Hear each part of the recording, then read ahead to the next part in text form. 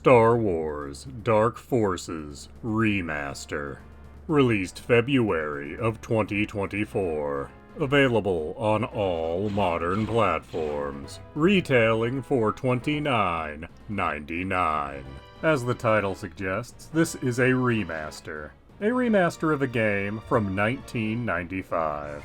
Back then, Dark Forces was what you would call a Doom clone. Although it did set itself apart from the standard Doom clone by doing things like having mission objectives that were more than find the exit, being able to jump, and actually being able to look up and down. And yes, back then, those were all fairly novel in a first-person shooter. In this remaster, we have better resolutions. The cutscenes have been redone in a hand-drawn art style. And no longer can you just look up and down, you actually have mouse look like in a modern first-person shooter. So this is a remaster that does its best to stay faithful to the original. Gameplay being basically unchanged means that if you played this game back in the 90s, you'll have a fairly easy go of it here. However, if you're new to Dark Forces, you will find annoyances around certain corners. Like the fact that you need to go back to the start of every level in order to finish it, which is an idea that has potential, at least on paper, but when put into practice just leads to annoying frustration every time you want to just get to the next level. This game also uses things seen in the original Star Wars trilogy in odd places. Like the little ball that Luke Skywalker trains with his lightsaber. It's just an enemy in some levels. Same thing with the medical droid from the first movie. Apparently, in addition to giving Leia injections, it's also just a standard enemy type. Or the huge number of probe droids. Apparently they're not just for probing Hoth, they're also just guards, I guess? Which I guess that's fine, they're here to add variety. Not every enemy can be a stormtrooper. That'd get pretty boring pretty fast. But there is a story going on here. You play as Kyle Katarn, a former Imperial officer who's now an operative for the Rebellion.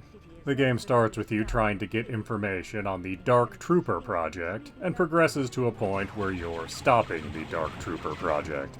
Kinda like a James Bond in space, but without all the gadgets and drinking. And while the name Dark Trooper sounds interesting, it's just robot stormtroopers. Which in fairness, this was before the prequel trilogy, so the idea of droids as troops was still kind of new and interesting. At least back in '95. But is Star Wars Dark Forces Remaster worth your time and money? I think that's going to entirely depend on your appreciation for both Star Wars and 90s first-person shooters, as this was released in a time where there wasn't a huge amount of Star Wars content available, and Doom was the most popular thing on PCs. And while my nostalgic memories made me initially quite interested in playing this remaster, I found I was not really getting a kick out of the Star Wars elements anymore. And honestly, the addition of having to go back to the start of each level to end it really was dragging me down by level 3 in this. I had somehow managed to forget that that was a mechanic in the original game. And in some levels, they spawn some more enemies, so there's actually something to do on your way back to the start. They don't do that in all of the levels. And when you have to walk back through a maze that's now empty, it's really boring. And this is a $30 remaster, which admittedly is cheaper than some that come out, but it's hard to suggest you buy this game at $30, because on Steam you can get the original version of Dark Forces for only $6. Sure, it doesn't quite look as nice, but the only reason you're probably interested in playing Dark Forces Remaster is you have nostalgic memories for the original Dark Forces. So playing the version on Steam of the original that runs in DOSBox might really be a better experience for you than paying $30 for this new version. So no, I'm gonna say give a pass to Dark Forces Remaster, at least at its full $30. I might suggest picking it up if you can find it for $20 or less. And that probably won't be too hard to do because Night Dive Studios games generally get pretty cheap pretty fast.